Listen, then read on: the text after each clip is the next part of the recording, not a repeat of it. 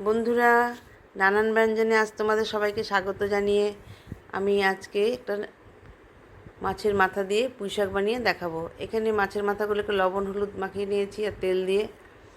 আর এখানে পুঁইশাক নিয়ে নিয়েছি, ভালো করে ধুয়ে রেখেছি।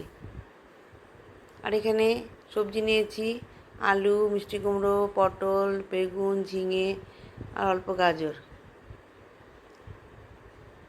আর এখানে মশলা নিয়েছি পেঁয়াজ, 3-4 কোয়া রসুন, কাঁচা লঙ্কা, শুকনো লঙ্কা, তেজপাতা। এখন এই মাছের মাথাগুলোকে ভালো করে ভেজে নিচ্ছি। একটু ঢেকে দিয়েছি, মাঝখানে মাছের ডিমও অল্প আছে, ভাজছে।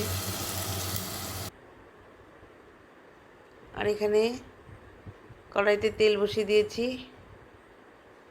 তেল গরম হয়ে গেছে। এখন এর মধ্যে 2টো শুকনো লঙ্কা ছেড়ে দিলাম।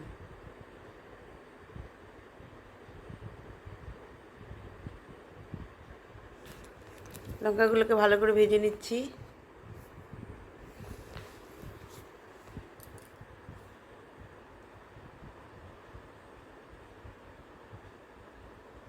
ভালো করে ভেজে নিয়ে এখন এর মধ্যে 2টো তেজপাতা আর 5 ফোড়ন দিয়ে সম্বরা দিয়ে দিলাম।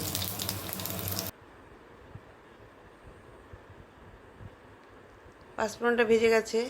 এখন এর মধ্যে রসুনের কোয়াগুলো দিয়ে দিচ্ছি, একটু থেতো করে নিয়েছিলাম। আর এখন পেঁয়াজ কুচিগুলো দিয়ে দিচ্ছি, দিয়ে এখন ভালো করে নাড়িয়ে নিচ্ছি।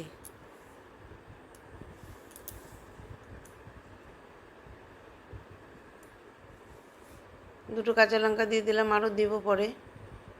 এখন এটাকে ভালো করে ভেজে নিচ্ছি।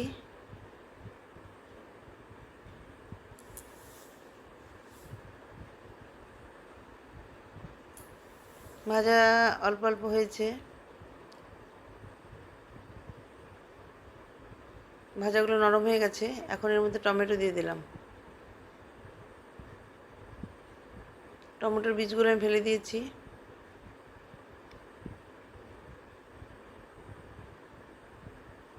এখন এটাকে ভালো করে ভেজে নিয়ে এখন এর মধ্যে আমি এই সবজিগুলো দিয়ে দিলাম। সবজিগুলো ভালো করে ধুয়ে নিয়েছিলাম, সবজিগুলো এখন দিয়ে দিচ্ছি। দিয়ে একটু নাড়িয়ে নিয়ে তারপরে পুঁই শাকগুলো দিয়ে দেবো।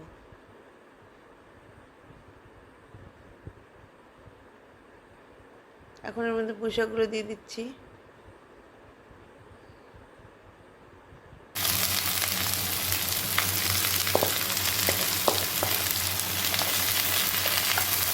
পুঁই শাকগুলো দিয়ে ভালো করে নাড়িয়ে নিচ্ছি। এখন আর অল্প কটা পাতা আছে, এটা একটু পরে দেবো।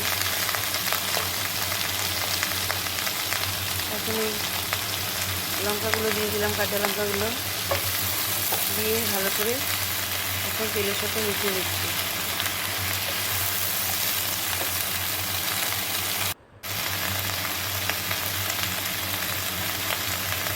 এখন এর মধ্যে লবণ আর হলুদ দিয়ে দেবো। লবণ আর হলুদ দিয়ে দিলাম, দিয়ে এখন এটা ভালো করে সবজির সাথে মিলিয়ে নেব।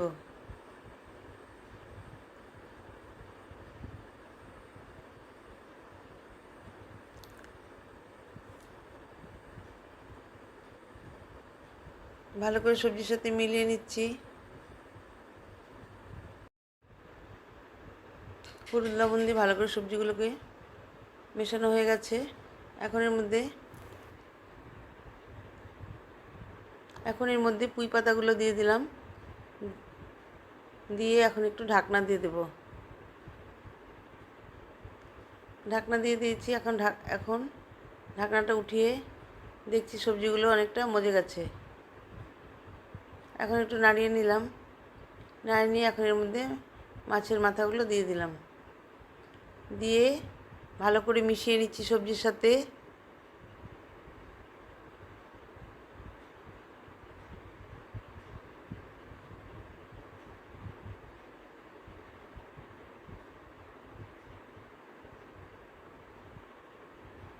মেশানো হয়ে গেছে, এখন আর একটু ঢেকে দিলাম। এখন ঢাকনাটা উঠিয়ে পুঁই পাতা থেকে অনেক জল বেরিয়েছে, এখন মাছের মাথাগুলোকে ভেঙে দিচ্ছি, ভেঙে দিয়ে সবজির সাথে মিলিয়ে নিচ্ছি।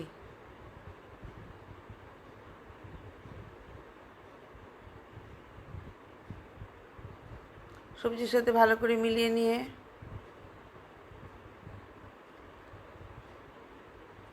এখন এর মধ্যে আমি জিরের গুঁড়ো 1 চামচ দিয়ে দিলাম। 1 চামচ জিরের গুঁড়ো দিয়ে এখন এটাকে একটু ভালো করে মিলিয়ে নেব।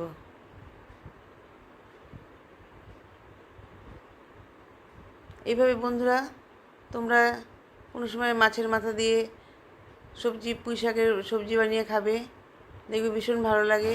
নিরামিষ তো খুবই ভালো লাগে, এইভাবেও ভালো লাগে। এখন একটুখানি এই 1 চামচের মতো চিনি দিয়ে দিলাম, দিয়ে ভালো করে মিশিয়ে নিচ্ছি।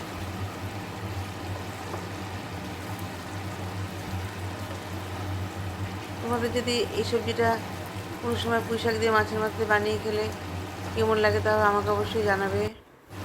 তোমাদের কমেন্টসের আশায় থাকলাম।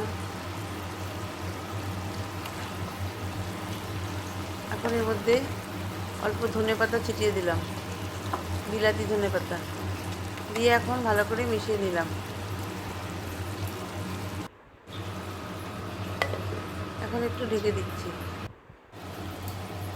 ঢাকনাটা উঠিয়ে এখন মাছের মাথাটা তো সব ভালো করে পুঁই শাকের সাথে মজে গেছে।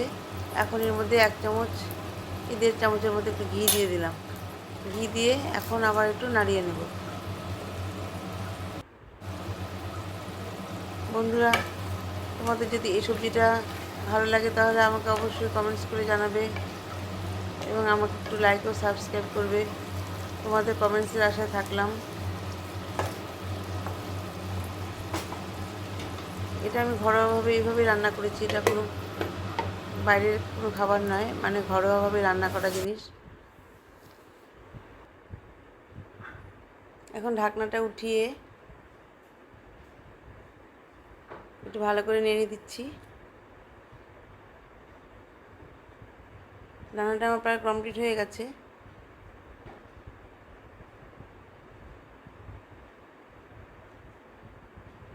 পিয়ালি, তোমার কথা মতোই আমি কাল সকালে এটা ছাড়বো। এইভাবে আমার রান্নাটা কমপ্লিট হয়ে।